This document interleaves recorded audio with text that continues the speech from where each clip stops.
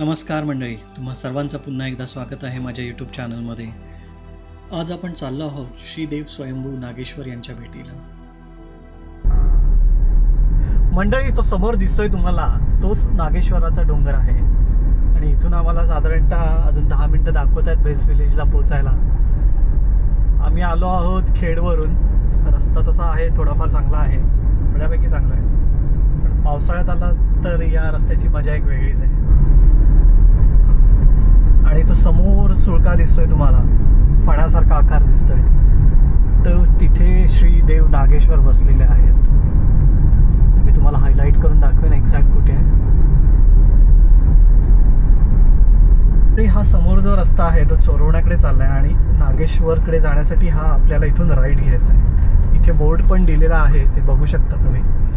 आणि आता उद्या महाशिवरात्री निमित्त असल्यामुळे बरीचशी माणसं ऑलरेडी पोहोचलेली आहेत गावाकडे.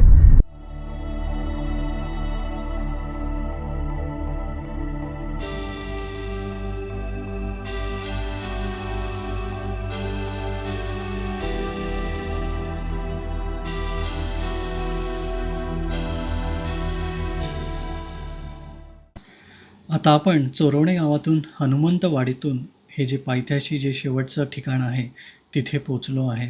आणि इथे बऱ्या प्रमाणात पार्किंगची सोय आहे, म्हणजे तुम्ही जर मोठी गाडी आणली असेल तर तिथे लावायलासुद्धा खूप जागा आहे. खाली एक मोठं ग्राउंड आहे, तिथे तुम्ही पार्किंग करू शकता. तर नमस्कार मंडळी, आज आम्ही चाललो आहोत महाशिवरात्रीनिमित्त नागेश्वरला. आणि आता आम्ही बेस लोकेशनला पोचलो आहोत आणि इथून तुम्ही मागे बघताय तिथून ही रस्ता जातो आहे, तो टुवर्ड्स नागेश्वर जे डोंगर आहे तिथपर्यंत चालतो आहे. इथून ॲक्च्युअल जे श्री क्षेत्र नागेश्वर यांची ट्रेक चालू होते. आणि नमस्कार करून या भूमीला आम्ही आमच्या ट्रेकची सुरुवात करतो आहे. आज रात्री मध्यरात्री इथे हर हर महादेव, रात्री इथे महारुद्राभिषेक असतो रात्री 12 वाजता. तो पूर्ण करून येण्याचं आमचं नियोजन आहे. माझं डिजिटल वॉच चालू केलं आहे, बघूया टोटल अंतर किती आहे. GPS ने हे ट्रॅक करतो. Let's see. रस्ता बऱ्यापैकी आहे, पायऱ्या बनवलेल्या आहेत आणि गर्द झाडीतून ही वाट चाललेली आहे.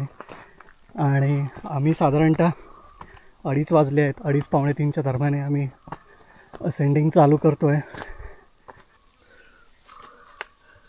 कॅमेरामॅन अमर साउंड के साथ हरीश कदम.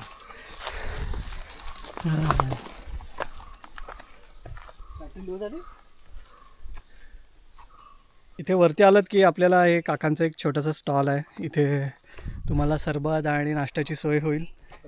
हां, आणि काकांचा बोर्ड आहे इथे. हे बघा, कॉन्टॅक्ट नंबर खाली आहे. त्यांना आदल्या दिवशी तुम्ही सांगितलं तर टेंटचीसुद्धा वरती सोय होते. काकावरती टेंटची सोय करतात. आणि काकांचा नंबर दिला आहे, जरूर कॉन्टॅक्ट करा. पावसाळ्यामध्ये श्रावण महिन्यात असतं ना काका? श्रावण महिन्यात महिनाभर असतात. कधी आलात तर काकांना रिच आउट करा, ते तुम्हाला टेंटची राहण्या खाण्याची सोय करतील. आणि इथून हा शेवटचा इन्क्लिनेशन आहे. हे चढलं की थोडीशी वेडीवाकडी वाट आहे, पण एवढी मोठं इन्क्लिनेशन नाही आहे. भक्तगण चाललेले आहेत वरती बऱ्यापैकी. आता आम्हाला वाटेत माणसं मिळायला सुरुवात झालेली आहे. मोस्ट ऑफ जी चोरवणे गावातील स्थायिकच आहेत, काही मुंबईची चाकरमानी आहेत.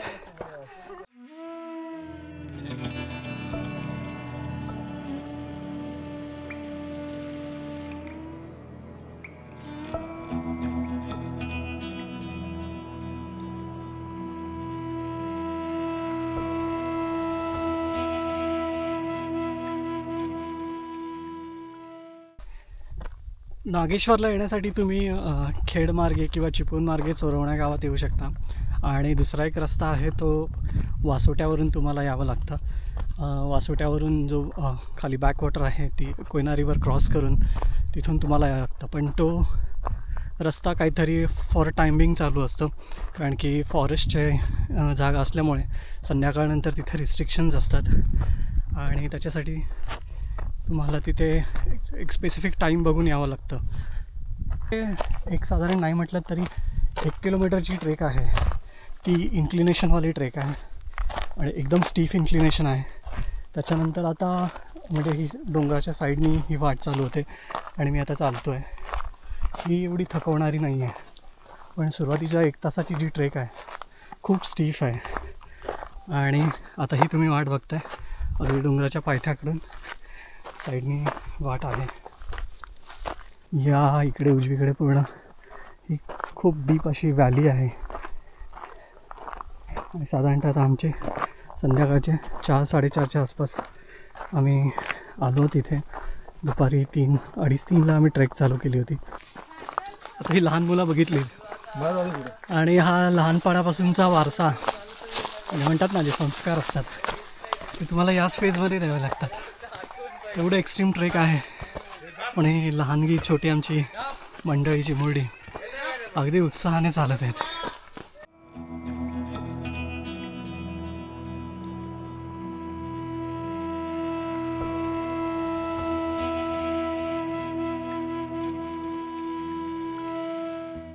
घनदाट जंगलातून ही वाट जाते आहे.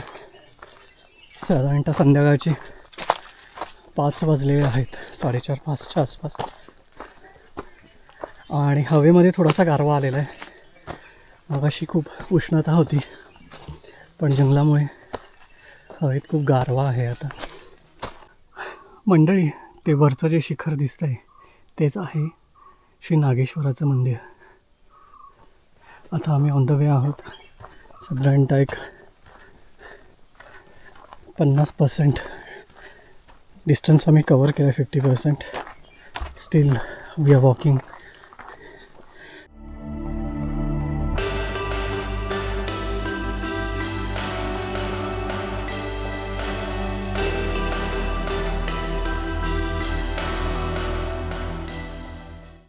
थोडंसं एक्झर्शन झालेलं आहे, पण आम्ही इलेक्ट्रॉल कॅरी केली होती येताना, त्यामुळे थोडासा रिलीफ मिळाला आहे. जर तुम्ही दुपारच्या टायमाला ट्रेक चालू करत असाल किंवा सकाळी मुंबईवरून ट्रॅव्हल किंवा पुण्यावरून ट्रॅव्हल करून सकाळची ट्रेक चालू करत असाल तर प्लीज इलेक्ट्रॉल किंवा ग्लुकॉन डी किंवा एनर्जी ड्रिंक असं घ्यायला विसरू नका. कारण की एक्स्ट्रीम हीट आहे, एक्स्ट्रीम ह्युमिडिटी आहे, त्यामुळे तुमची एनर्जी लगेच ड्रेन आउट होते. तर प्लीज ह्या गोष्टी घ्यायला विसरू नका. म्हणजे हा जो ट्रेकचा अनुभव आहे ना, हा एक वेगळाच अनुभव आहे. म्हणजे तुम्ही डे टू डे रुटीनच्या जे टेन्शन्स असतात त्याच्यातून पूर्णपणे तुम्ही मुक्त होता आणि निसर्गाशी एकनिष्ठ होता. आजूबाजूने येणारे पक्ष्यांचे आवाज आणि जी निसर्ग त्याचं जे रूप दाखवतं आपल्याला, क्षणाक्षणात बदलणारं रूप निसर्गाचं, हे सगळं एक मोहित करणारा एक वेगळाच अनुभव आहे. तर ॲटलिस्ट महिन्यातून एक तरी ट्रेक झालीच पाहिजे. जर तुम्हाला सगळ्या व्याधीतून आणि टेन्शनमधून मुक्ती हवी आहे तर एकतर तुम्ही फिजिकली स्ट्रॉंग होता आणि टेन्शन विरहित आयुष्य जो काय तुम्ही 1-2 दिवसाची जी ट्रेक करता त्यावेळेस तुमच्या डोक्यात कोणतेच विचार नसतात. You are just following the path आणि तुम्ही ती जर्नी एन्जॉय करत असता. आता एकदम स्टीफ उतरण आहे, तुम्हाला दाखवतो. हा एक ओढा आलेला आहे अँड खूपच स्टीफ आहे. हे उन्हाळ्यात असं दृश्य आहे. पावसाळ्यात तर या निसर्गाचं रूप बघण्यात म्हणजे म्हणतात ना देखण्याजोगं असणार आहे. असा हा क्षणाक्षणात रंग बदलणारा सह्याद्री.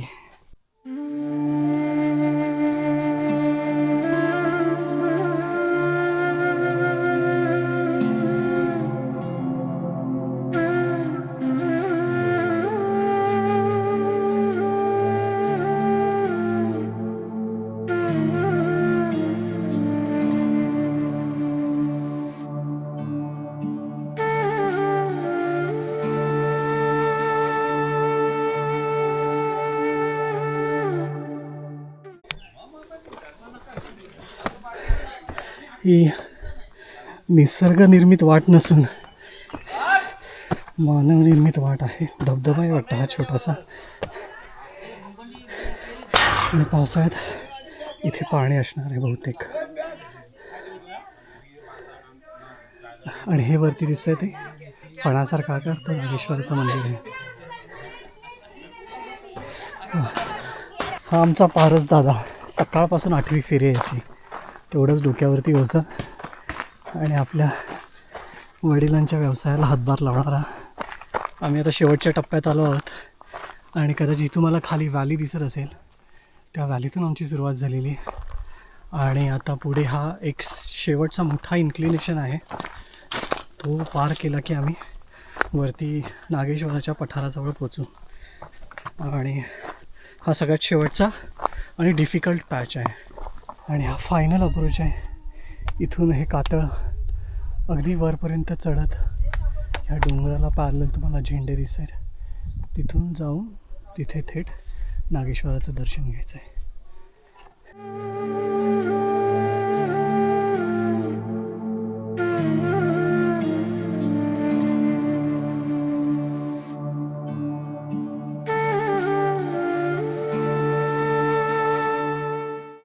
तर मंडळी, आता तुम्हाला दिसतं आहे माझ्या GPS लोकेटरची साधारणतः आम्ही 5 किलोमीटरचं डिस्टन्स कंप्लीट केलं आहे. मध्ये मध्ये थांबलेलो, ते ट्रॅक नाही झालं आहे आणि आता इथे विहिरीवरती आम्ही थोडं फ्रेश होऊन वरती मंदिराकडे निघालो आहोत. या मंदिराचं वैशिष्ट्य म्हणजे जी पिंडी आहे शंकराची, त्याच्यावरती बारमाही वरून पडणारं पाणी जे आहे त्याचं जलाभिषेक बारमाही चालू असतं. हे एक इथलं वैशिष्ट्य आहे. आणि वरती कोणतीही विहीर नाही, काही नाही, वरती अगदी कड्यावरती, पण हे सतत ठिपकणारं पाणी हे महादेवाच्या पिंडीवरती पूर्ण जलाभिषेक त्याचं वर्षभर चालू असतं. असं हे पवित्र स्थान आणि महादेवांचं दर्शन घेऊन आम्ही खूप धन्य झालो महाशिवरात्रीच्या दिवशी. आणि याच्याच पुढे आम्ही थोडंसं दर्शन झाल्यानंतर तिथे वरती जे काका आहेत त्यांनी जेवणाची सोय केली होती, जेवण केलं आणि आम्ही मध्यरात्री परत आमच्या परतीच्या प्रवासाला लागलो.